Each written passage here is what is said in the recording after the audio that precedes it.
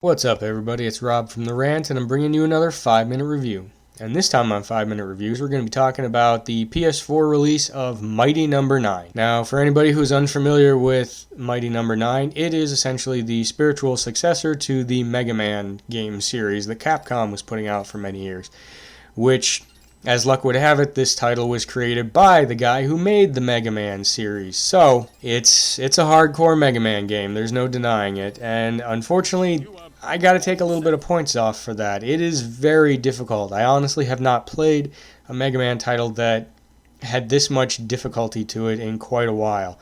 To the point so where I'm taking a point off because I feel like your average gamer is going to play it and get frustrated very quickly because it's just not something most people are used to. You know, like side-scrolling video games with a high level of difficulty, not a common thing anymore. Moving on to the next point, graphics.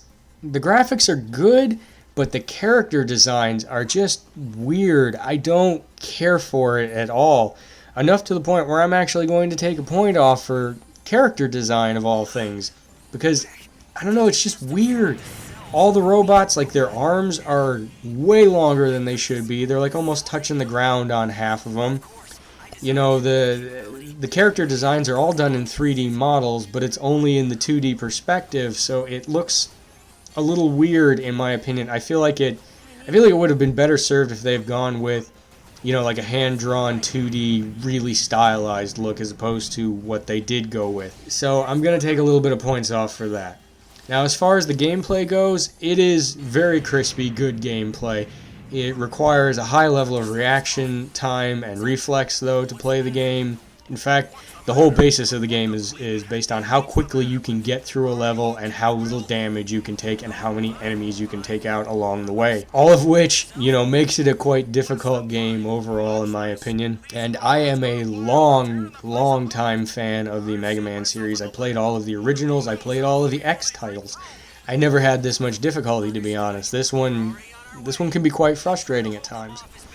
In fact, the boss battles were, in my opinion, a little too much occasionally. Like some of them, like in particular, the ice boss, I had a serious amount of trouble with that, and it was the first time in a long time where I needed the appropriate boss power from another boss in order to combat the ice character effectively.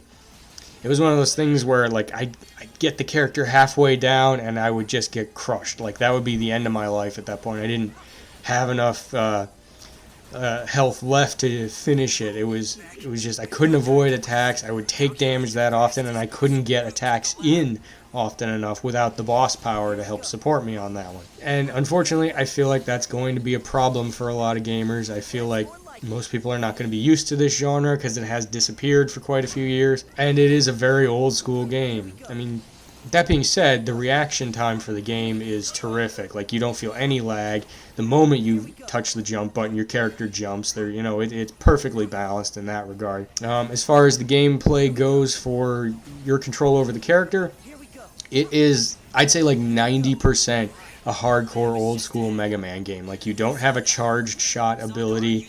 You know, boss powers, you pretty much need to save for taking on the bosses. That being said, boss powers do regenerate now. You don't have to find a pickup in the level to refill the power gauge for it, so that's nice.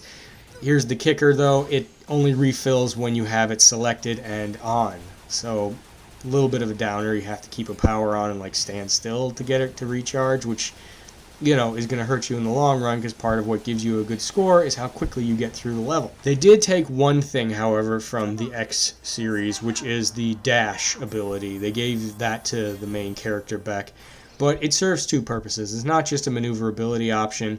It is also what you use to completely eliminate enemies from the field. Whenever you have shot them enough times, they become destabilized and their color will change, and then if you dash into them, you'll absorb their energy and the character will be removed from the field. The same stuff applies to boss fights. However, in boss fights, the health of the boss will regenerate if you don't absorb it quickly enough. So it makes boss fights very difficult, in my opinion. And even though I am enjoying the game a lot, between some of these like nitpicky, frustrating details when it comes to gameplay and difficulty, combined with the, in my opinion, just not good character design scheme, I have to take points off. It's still worth buying if you find it a little bit cheaper than normal, and normally it's about $40. But overall, Mighty Number 9, I'm giving it a 3.5 out of 5. If you're a hardcore old school gamer, check it out. You'll definitely enjoy it. Just know that you're probably going to be in for some frustration. I'm Rob. This has been a 5-minute review. Thank you for listening. If you liked it, don't forget to click the like button and, leave a comment if you feel like it.